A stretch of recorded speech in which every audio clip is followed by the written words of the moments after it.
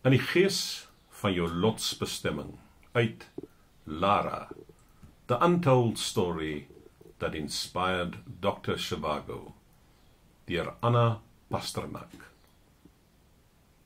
Dit is amper onmoontlik, gemeet aan vandagse standaarde van roem, om die vlak van beroemdheid wat Boris Pasternak vanaf die 1920s en later in Rusland bereik het, te begryp.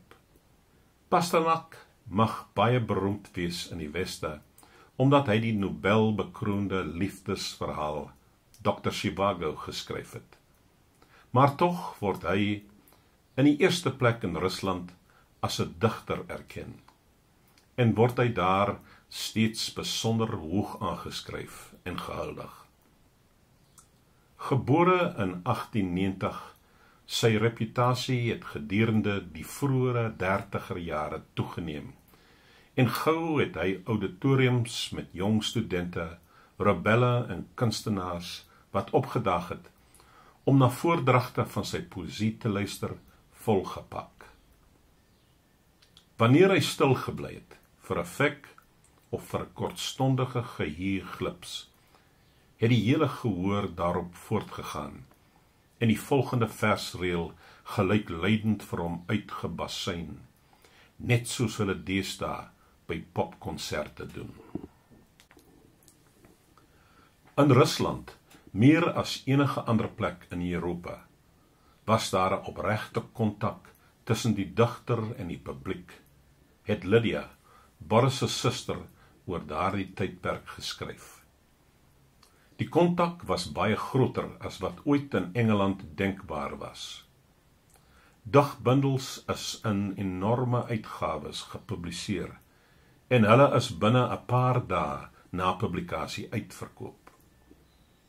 Oral in die dorp is plakate aangebring, wat byeenkomste saam met digters aangekondig het, en almal wat in die digkuns belang gestel het, en wie in Rusland het nie in hierdie kategorie geval nie, het na die lesingssaal of forum gestroom, om na hulle gunsteling digter te luister. Die skrywer het 'n onsaglike invloed op die Russiese gemeenskap gehad. Gedurende tye van oproer, toe daar nie geloofwaardige politici was nie, het die publiek op hulle skrywers staat gemaak. Die invloed van literêre joernale was geweldig. Hulle was kragtige mediums vir politieke debat. Boris Pasternak was nie net 'n gewilde digter, wat vir sy moed en opregtheid gehuldig is nie. Hy is ook deur 'n nasie vereer, vir die feit dat hy sy stem vreesloos laat hoor het. Daar is 'n Russiese gesegde: jy kan Rusland nie deur jou kop verstaan nie. Dit kan jy net deur jou hart doen. Toe ek Rusland vir die eerste keer besoek het, was dit betowerend om daar rond te loop, want ek het gevoel dat ek nie 'n toerist was nie, maar dat dit 'n tuiskoms was. Dit was nie dat Moskou bekend gevoel het nie, maar eerder dat dit nie vreemd was nie. Tverskaya straat. Op 'n winterige Februarie aand het ek in die wye Tverskaya straat deur die sneeu aangestap, om aandete by die Café Pushkin restaurant te gaan geniet.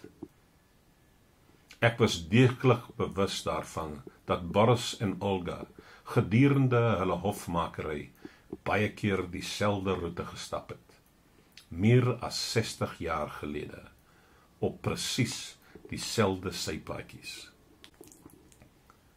Terwyl ek daar te midde van flikkerende kersligte in die Café Pushkin gesit het, het ek die hand van die geskiedenis sag op my voel rus. Die styl was die van 'n Russiese aristokraat se tuiste, van so om en by 1820.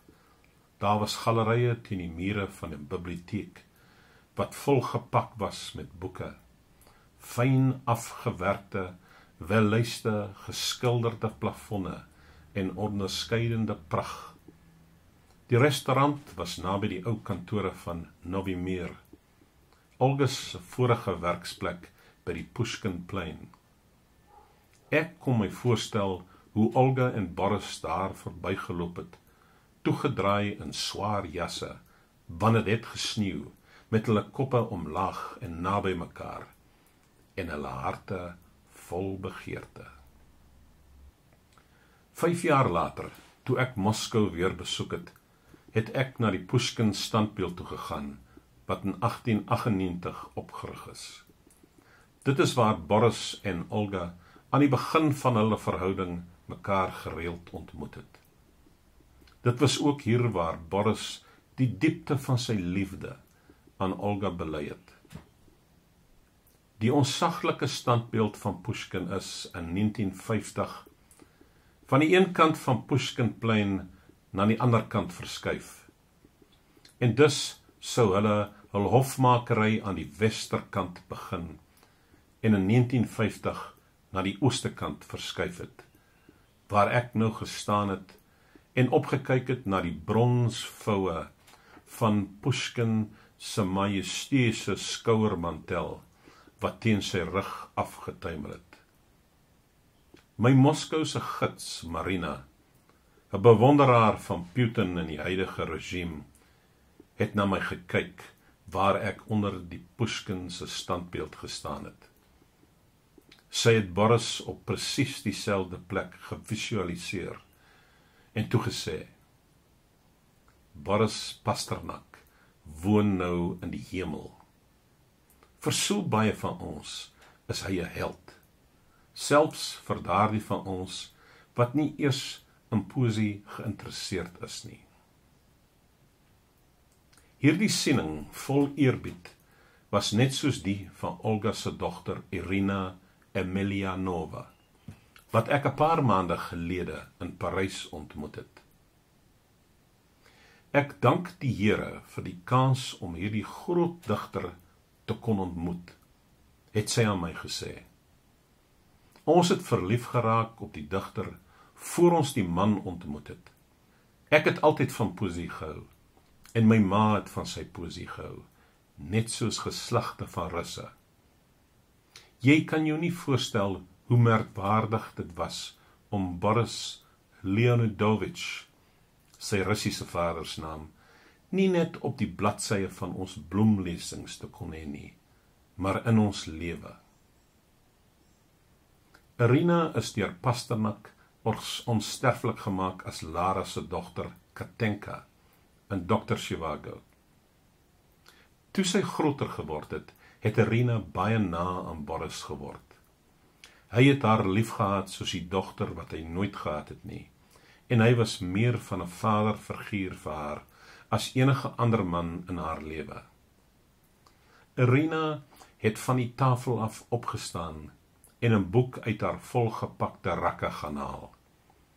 Dit was 'n vertaling van Goethe se Faust, wat Boris haar gegee het.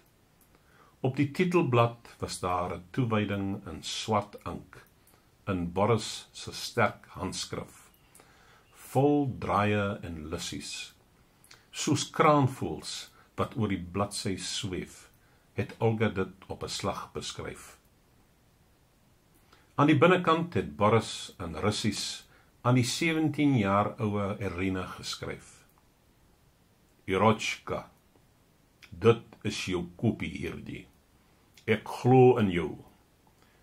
En ek glo in jou toekoms. Wees moedig in siel en gees. In jou drome en voornemens. Glo in die natuur, in die gees van jou lotsbestemming, in gebeurtenisse van belang, en glo slegs in daardie paar mense wat reeds 1000 keer getoets is en wat jou vertroue werd is. Irina het met trots die finale inskrywing aan my gelees. Boris het geskryf, amper soos 'n vader, jou BP, November 3, 1955, Barrel del Kino. Toe sy haar hand liefdelik oor die bladsy gevee het sy in 'n droewige stem gesê: "Dis 'n jammerte dat die ink sal verdof."